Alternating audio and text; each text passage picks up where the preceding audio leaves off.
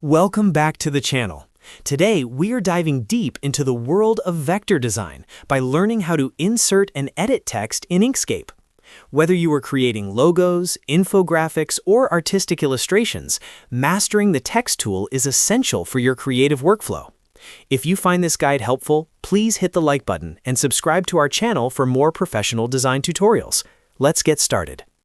To begin, open your Inkscape document and ensure your selection tool, which is the arrow key, or S on your keyboard, is active so you can easily move your elements around. To insert simple text, press T or F8 on your keyboard to activate the text tool. Click anywhere on your canvas and start typing. Remember, this will remain as a single line until you manually press Enter. If you need to edit existing text, simply make sure your text tool is active, then click directly on the text block.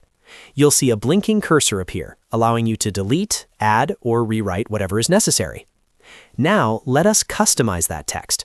When you have your text selected or the cursor placed, look at the Tool Controls bar right at the top of your workspace. This is your command center for changing the font family, adjusting the font size in pixels or points, and setting the alignment to left, center, or right. If you want more granular control, press Ctrl-Shift and T to bring up the text and font panel. From here, you can browse through various styles, but do not forget that you must click Apply for your changes to take effect. For further modifications, like kerning and line spacing, stick to the top control bar while the text tool is active. If you want to change the color or stroke, simply use the shortcut Ctrl-Shift and F to open the Fill and Stroke panel or select colors from the bottom bar. Now here's a professional tip regarding paths.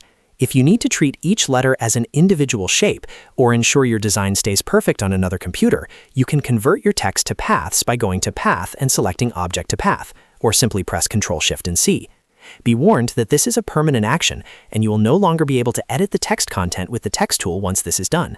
Finally, for more artistic projects, you can place text along a curved line. Simply select both your text and your path, such as a circle, go to the text menu, and click Put on Path. That's the fundamental workflow for text in Inkscape. Feel free to re-watch these steps to practice your layout skills. If you enjoyed this tutorial, remember to like the video and subscribe so you don't miss our future Inkscape tips. Thanks for watching.